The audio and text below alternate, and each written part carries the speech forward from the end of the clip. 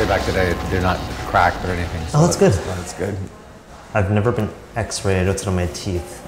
I feel like I'm missing something. Well, maybe cancer. Yeah. Yeah.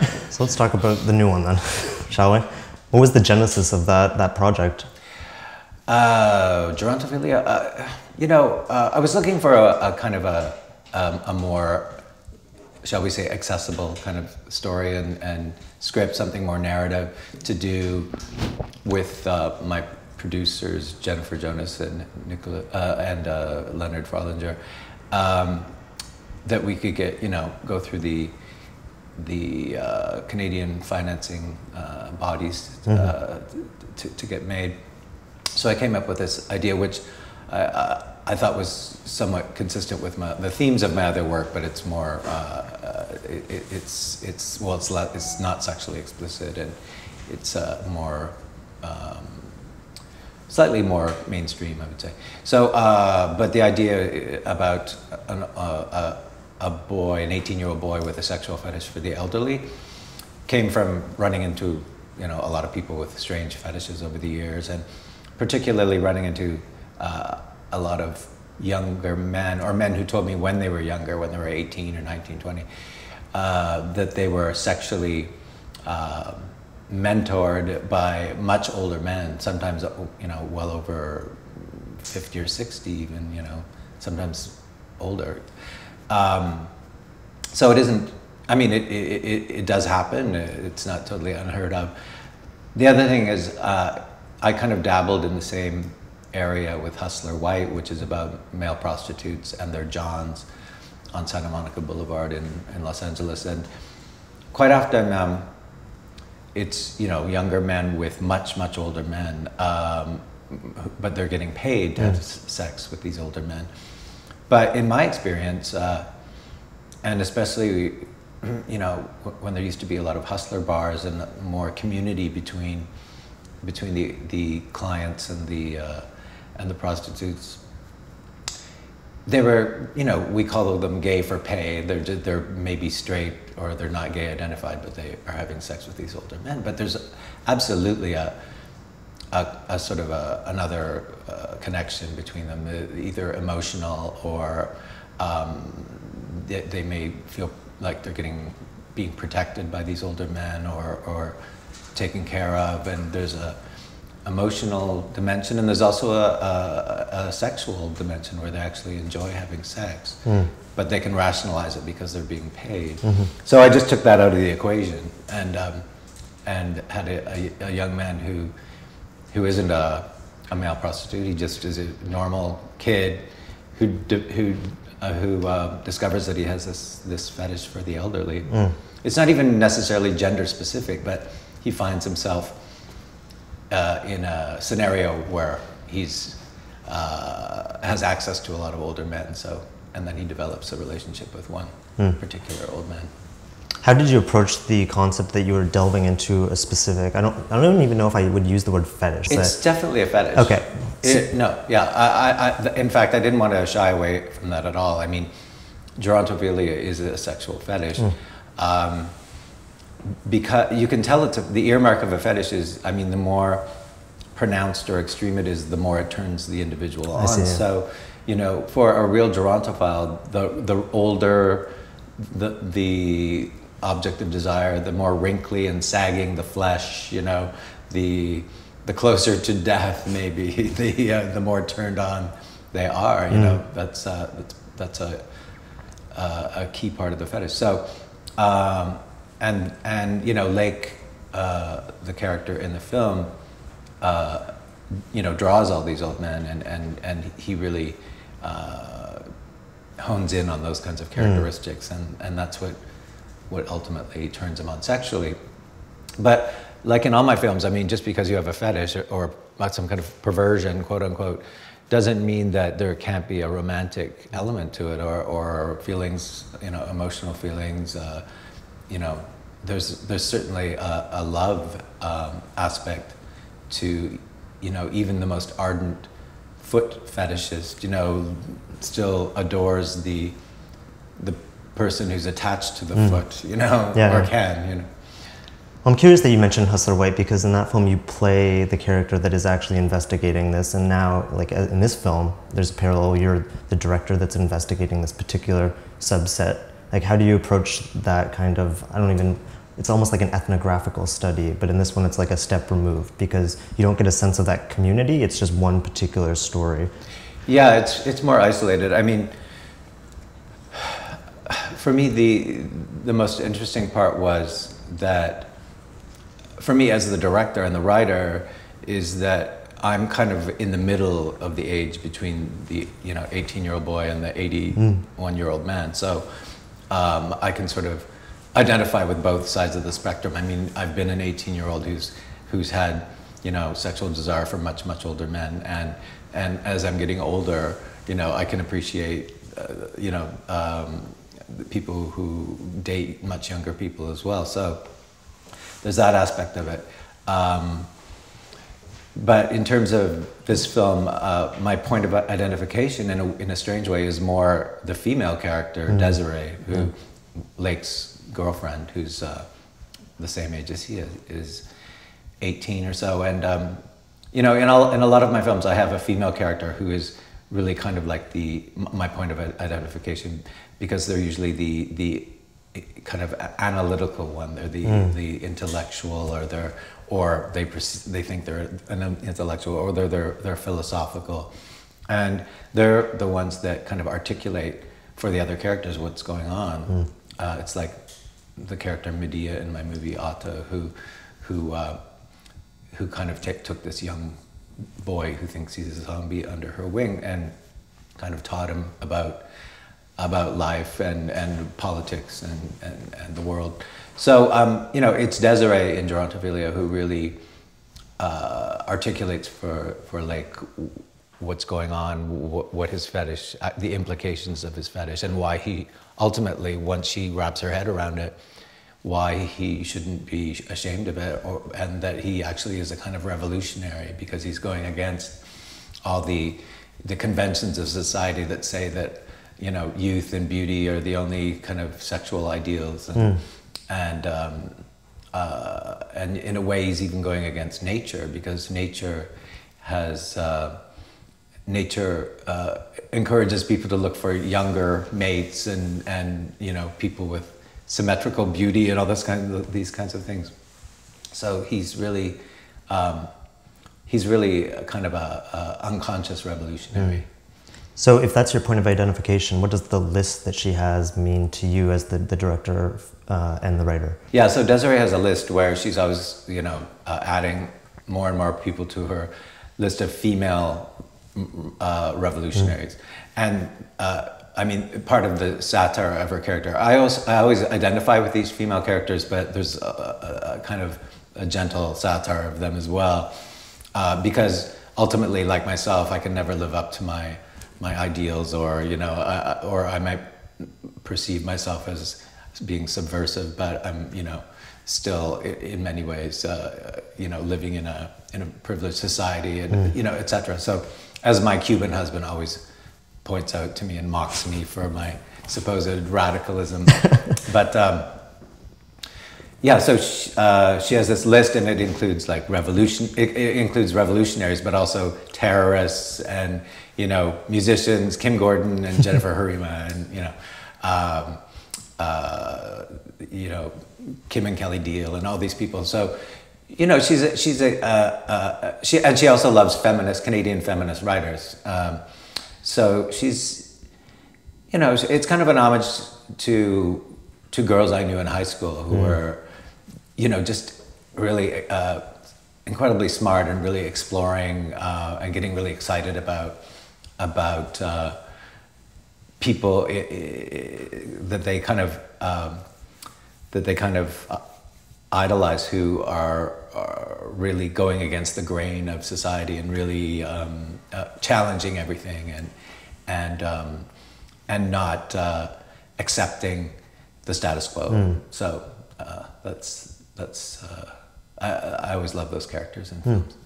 So she's kind of instructive, and the film's kind of instructive in the sense of the acceptance of this and the revolutionary quality. And is it a film that you want to have a wider audience for that reason? Is that why this is the film that you chose to kind of pursue in a more accessible form? Well, you know, in a way, I almost feel like I always want to make my movies for kids, not little kids, but like, you know, at least young adults, you know. But quite often they're sexually explicit, so they're not really as accessible to them. So I was really thrilled when this got like a 14A rating, where 14-year-olds can see it for the first time. You know? But yeah, I mean, I quite often do make films about you know, young adult characters who are trying to just figure out the world and just to you know, to make movies for them that are kind of offbeat and that espouse maybe some subversive ideas about gender, about sexuality, about just identity, you know, sexual identity. So yeah, for sure, I'm happy to try to make a film that's a little bit more accessible. My last movie, LA Zombie, was like banned in Australia and censored, and you know, it was very hard and very pornographic. So I very purposely this time went in the complete opposite direction. You said how this extends themes in your other films, and one that I kind of noticed most explicitly is the blown up image of Gandhi. It seems like a nod to Raspberry Reich, but here it's Gandhi, and I'm wondering what the kind of evolution of those themes are. Who is it in Raspberry Reich? It was well, there was there were a few, yeah. There was the 4 main members of the Battered Man gang, plus Angela Davis and well, Che Guevara. But that's another story because I got sued for that. But now it's Gandhi. What does that say? I mean, there's another theme running through the movie in which I kind of posit Lake as a kind of saint, you know. Yeah. And so of course the kind of Gandhi image has a double meaning. It's he was perceived as a kind of saint, and you know, someone who espoused world peace. But he's also kind of like, in Lake's eyes, a sexy old man, you know, who he would like to have sex with. So, for him, for Lake, you know, in a way, like no one really knows where sexual fetishes come from exactly, and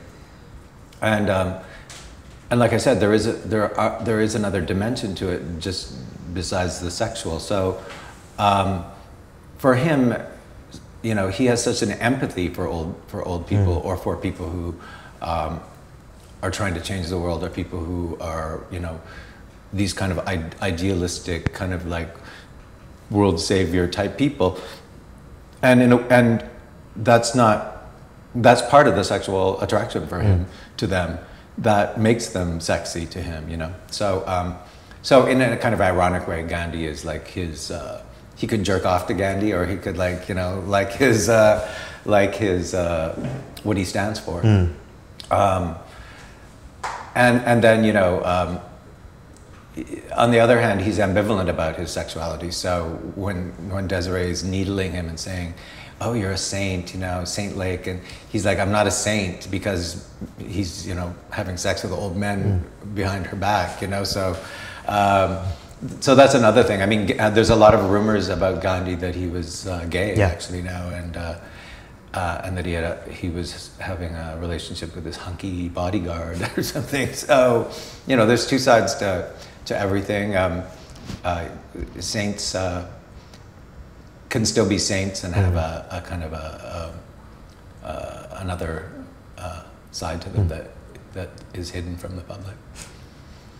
What were some of the different formal decisions you've made in this film? There's a lot of use of slow-mo, and then just the soundtrack is not the usual. It's more of a dream pop Bruce LaBruce soundtrack as opposed to a cheerleader one. Well, instead of, yeah, I mean, in my movie Otto, for example, I used really hard industrial music, and then in LA Zombie, I used kind of kind of wall-to-wall sound that was based on Tangerine Dream kind of, soundtracks, or Giorgio Moroder's soundtracks from the 70s. I wanted this movie, again, to be more accessible and kind of poppy, but I also, used bands like Liars and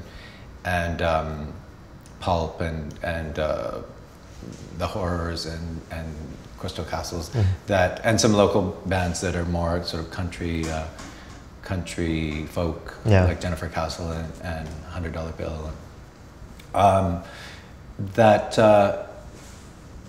That is, so I wanted to use kind of pop music in a pop idiom, but I also like to usually use music that I just know the people. I usually have a connection with someone in every band that I use practically. It's just a way of also drawing the characters, the kind of music they would listen to.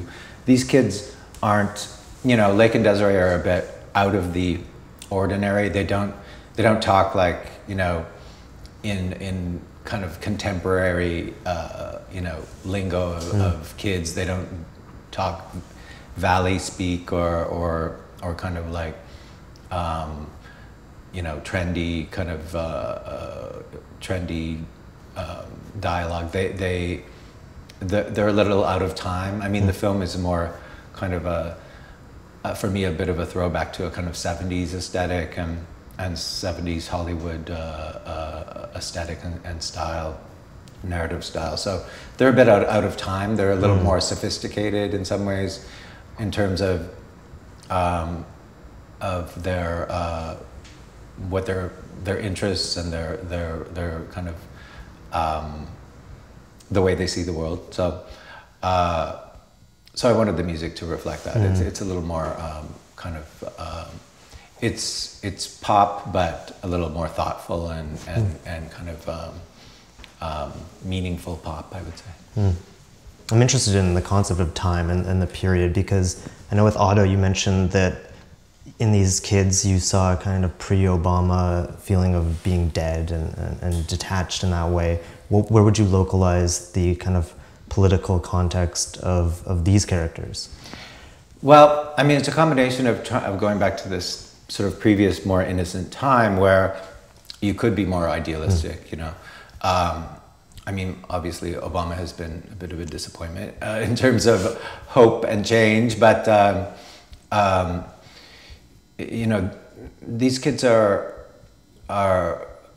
still idealists, but they're also part of the whole message of the film, for kids especially, is that they just kind of follow their heart or their instincts, no matter how difficult it might be, or no matter how much it might be going against the grain or against the conventions of society. So that's why Desiree really encourages him to follow through on what he's doing and not be so freaked out or ashamed about it. In that sense, I mean, I think also there's a lot of cinema that's extremely cynical these days. Even at my harshest in my films, I always try to have a kind of a hopeful message, no matter how deluded that may be. I may be, like, even with L.A. Zombie, which was about an alien zombie who fucks dead bodies back to life. For me, that was a positive message, He was actually resurrecting people, and he was kind of appalled by the violence that he saw, in the world. So, in this film, it's a kind of an idealism that goes against a lot of new cinema. For example, the way that old age is depicted in a lot of gross out comedies, where if old people express their sexuality, it has to be for a big gross out laugh, or and they're totally made grotesque, and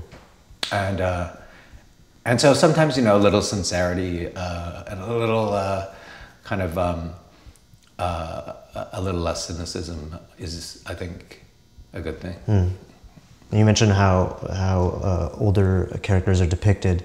in your other films, there tends to be an emphasis on the body, both in sex, but also like a gore, a horror element, a body horror. And here it seems more gentle, more tactile, like you're kind of almost like the surrogate of the sketching when you're depicting just skin.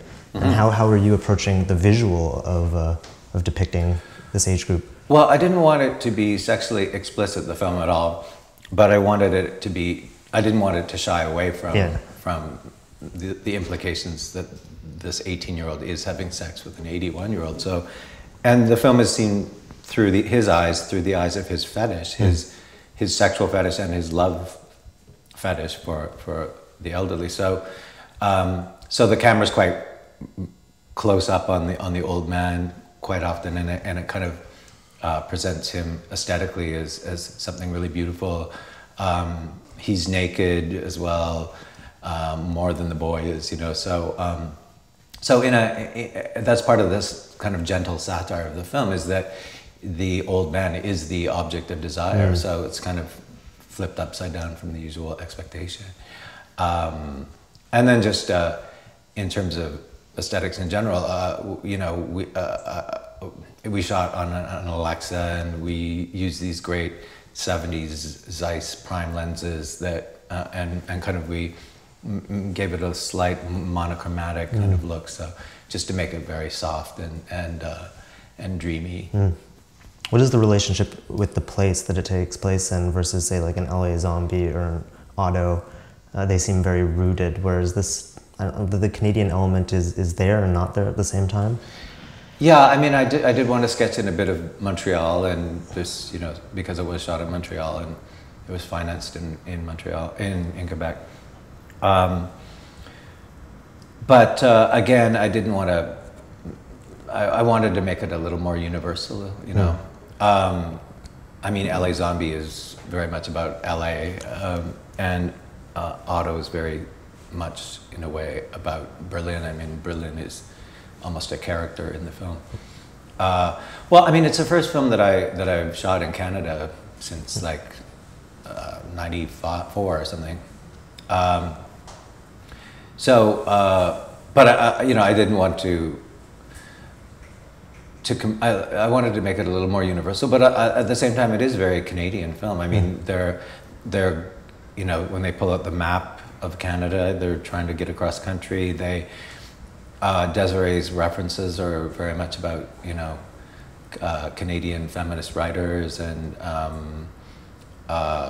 you know, and there are aspects of Montreal which are very, you know, specific that appear in the film, like the stairs that they're always going up that lead up to the houses. And so so it was kind of trying to do both. It was trying to make it kind of a more universally appealing story, but also throw in a few Canadian, you know, not to try to conceal that it's a Canadian film. Yeah. Moving forward, are the films going to share more in common with Gerontophilia or something like LA Zombie? Because it seemed like LA Zombie was, I don't know, maybe your most perfect hybrid of kind of that experimental drive and a LaBruce film, but one that's pushing itself further, especially the wall-to-wall sound, the camera often being in the position where the character is walking towards. It just seemed very confident, formally. Yeah, I kind of blew my wad with okay. But at the same time, I mean, you know, LA Zombie couldn't be more different than Gerontophilia on a number of levels. LA Zombie, I didn't even have a script, basically. I just, it was based on a few you know, a 3-page outline or something. It's very experimental, very non-narrative, you know, super low budget, you know, no budget practically. You know, really, you know, digital aesthetic, very pornographic, and you know, and yet, you know, despite all that, it was in competition at the Locarno Film Festival and played at a lot of international festivals. So I really felt like I'd done that. So then it was time for me to try something completely different. So, you know, this is a much larger budgeted film. That we developed the script like really intensely over a long period of time and got, you know, government financing. And so it was a completely different exercise. altogether. But it's not, I wouldn't say it necessarily represents a new direction. Okay. It's just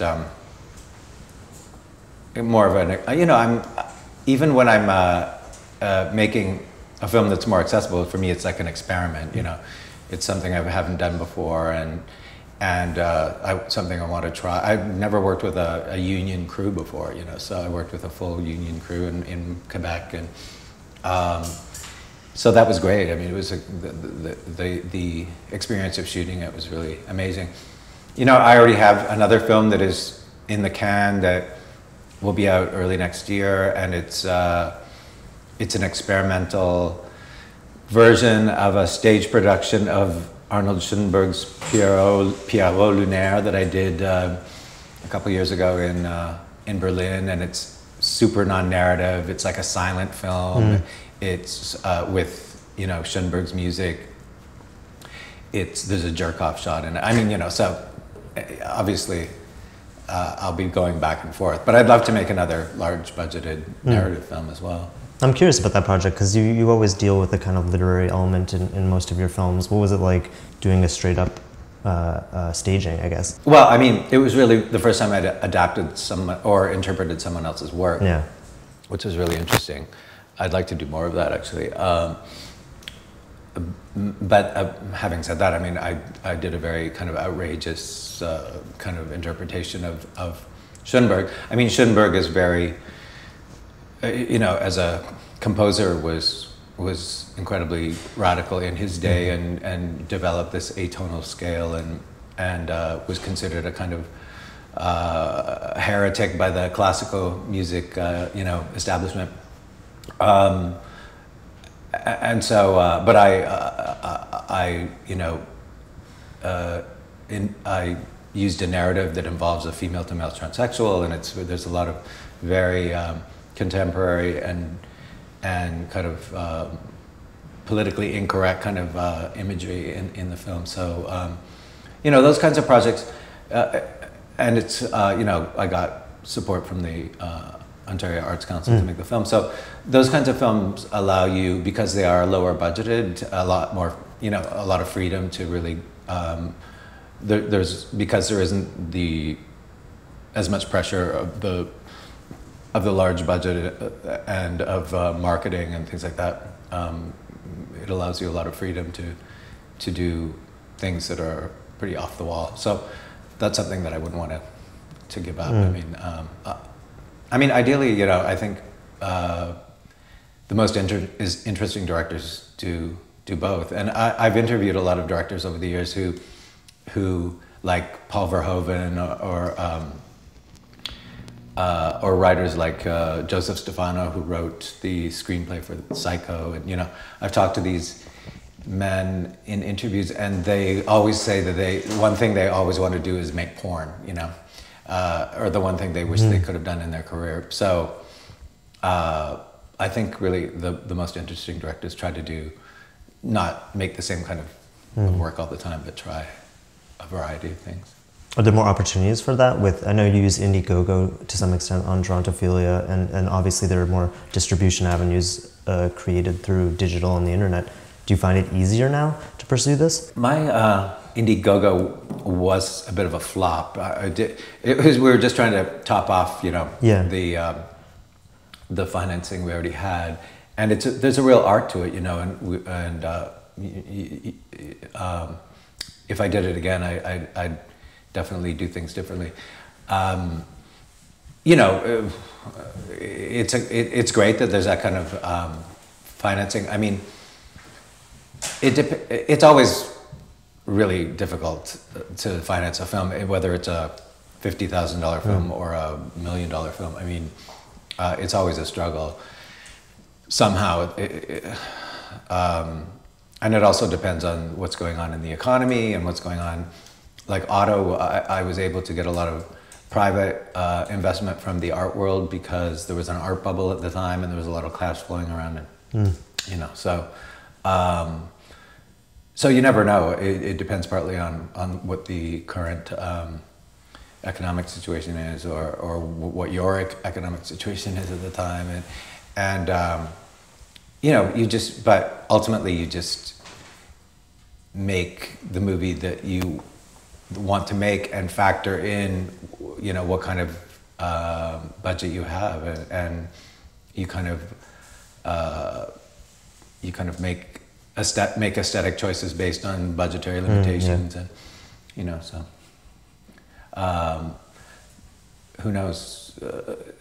Like I said, once you have the taste of working on a more ambitious scale, you know, you really like the shooting was so much fun. I'd really like to explore that that kind of having that kind of broader, kind of larger palette to work on. Is there a particular genre that you would use that palette for? I mean, you've kind of detoured horror pretty much at this point. Is there something else that you would pursue? I love melodrama. You know, I did a play in Berlin called The Bad Breast, which was kind of a female melodrama. So I'd love to explore something like that. I don't know. I'd like to, you know, explore more. I've always worked with, you know, non-actors and a lot of non-actors, and you know, for Gerontophilia, I got to work more with professional actors, and some of my stage work in Berlin, I work with professional theater actors, and that's something I'd like to explore more, is to get into more kind of maybe, you know, kind of psychodrama type of, where I've never, even with Gerontophilia, I didn't really have the luxury of a lot of rehearsal time, but when I make my theater work in Berlin, I kind of workshop with the actors for weeks at a time, and I'd like to make something where I work with actors a lot more intensively. Thanks, Bruce. Thank you.